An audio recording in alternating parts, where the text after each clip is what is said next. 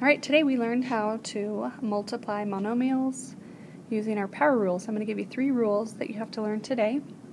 The first rule, or we'll talk about the several rules, but before I get to that I want to talk about what a monomial is. A monomial is one term. It could be like 5, it could be 5x, or it could be 5x cubed.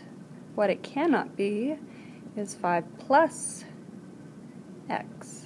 This is what's known as a binomial because there are 2 terms. So monomials, or what we're talking about, is just one term. We consider those one terms. We have coefficients, we have variables, and we can have exponents on the variables. So I give you this just as a reminder. We've already gone over this, but the first thing you want to note is that 7 is what's known as the exponent or the power, and we will use those words interchangeably. The x is what's known as the base.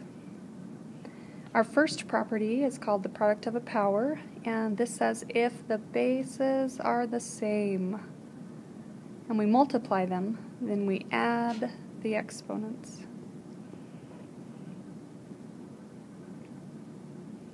So the bases must be the same to be able to add the exponents. If they are not the same, then you'll just put them next to each other. So here I have an example, 4 to the 6th times 4 to the 7th. To do this, the bases are the same, so we just keep that 4, we don't change it at all, and then we add those exponents. 6 plus 7 is 13. Now you could write this in expanded form. 4 to the 6th is 4 times 4 6 times. So there's 3, 4, 5, 6. 4 to the 7th is 4 7 times. 1, 2, 3, 4. 5, 6, 7, and then you could add all those up and you would see that you have, I put a 7 there, that you have 13 4s. So the fast way is just to add those exponents instead of to put it in expanded form. Okay, on example 1 here, we're going to simplify each expression. They'll get a little bit harder as we go. So here, if you notice, the bases are the same, and we just add those exponents. 3 plus 5 gives us 8.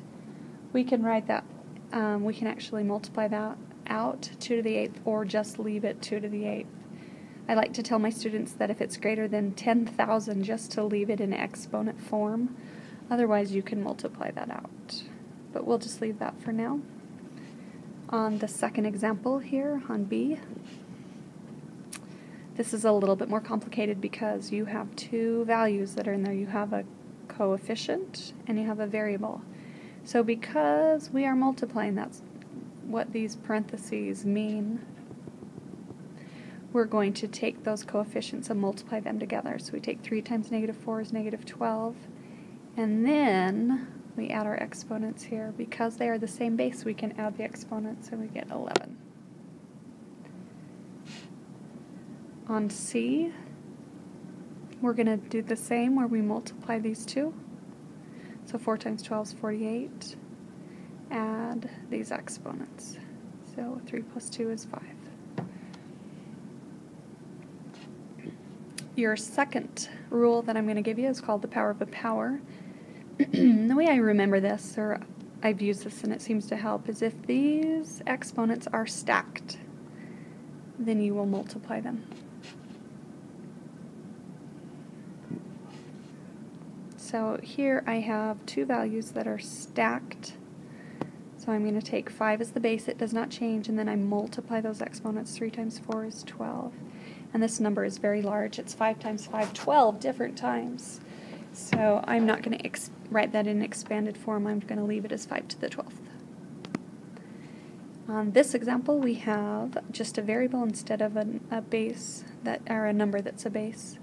So the same idea exists where we have 2 values that are stacked. We're going to go ahead and multiply those. 2 times 5 is 10. You could also write this as x squared 5 times.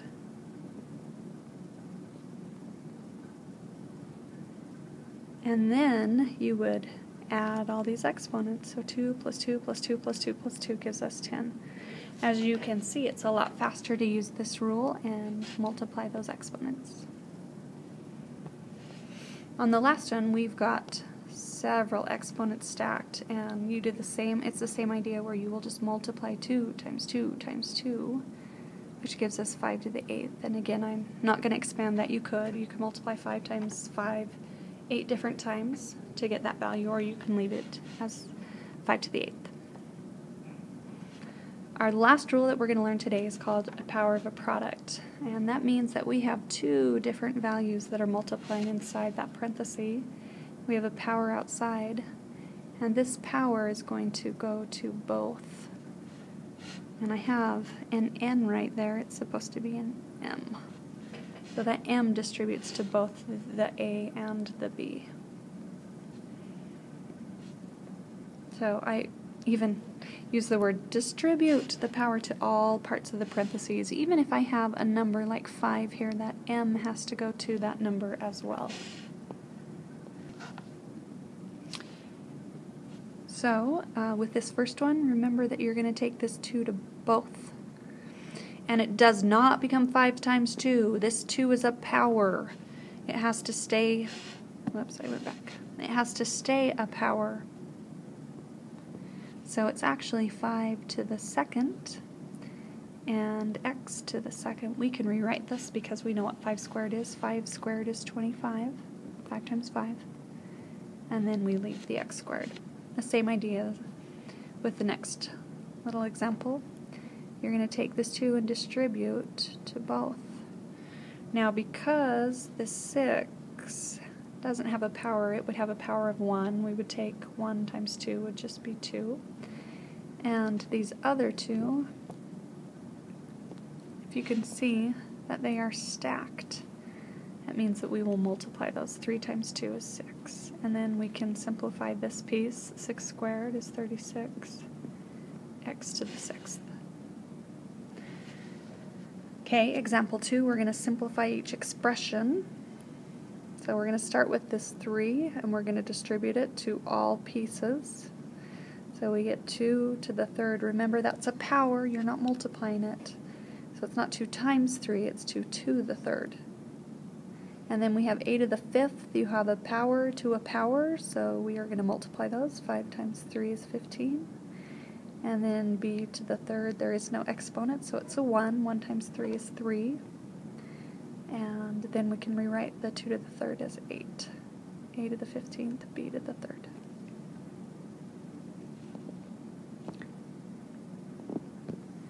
Okay, with this example, there's 2 ways to do this. Whenever I see them stacked outside those, I'm going to go ahead and, or outside a bracket and a parenthesis, I'm going to go ahead and use my idea that a power to a power I multiply. So I multiply those powers and I get 6. That doesn't look like a 4. There we go. And then I will distribute this power to both. So I have 3 to the 6, x to the 4 times 6 is 24. And then 3 to the 6 is 3 times 3 6 times, which is 729. So we write 729x to the 24th. They are getting a little more complicated as we go. So with this, again, if I see that powers are stacked, I'm going to go ahead and multiply those first. And that is the 6th. And then go ahead and distribute that to everything. So I have 2 to the 6, x to the 2, or x squared, so 2 times 6 is 12.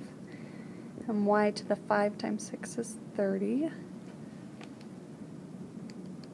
And then 2 to the 6th we can rewrite as 64, x to the 12th, y to the 30th.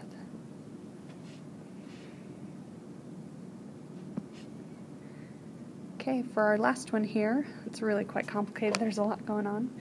We're going to look at each individual parenthesis, and we're going to start by distributing this power to all the terms inside that parenthesis. So whenever I see a negative, I'm going to encourage you to put that in parentheses.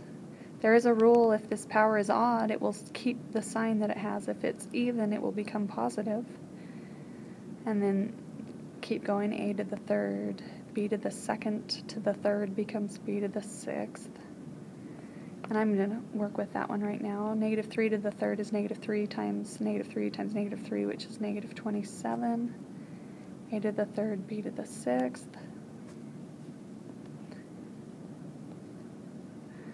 And then I'm going to go to the second parenthesis and distribute that 4 through to each term. So I have 2 to the fourth, a to the 2 times 4 is 8, and b to the 3 to the fourth is 12.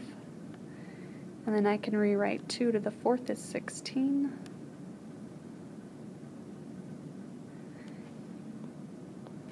And then the last thing that we can do right here is to multiply those two values. Negative 27 times 16 gives us negative 432. And then these other values, a to the third times a to the eighth, we will add those exponents to get a to the 11th. And then we'll do this b term, b to the 6th times b to the 12th. We add those exponents to get b to the 18th. And that should do it. Your assignment is 5-1, your multiplication properties of exponents. Good luck.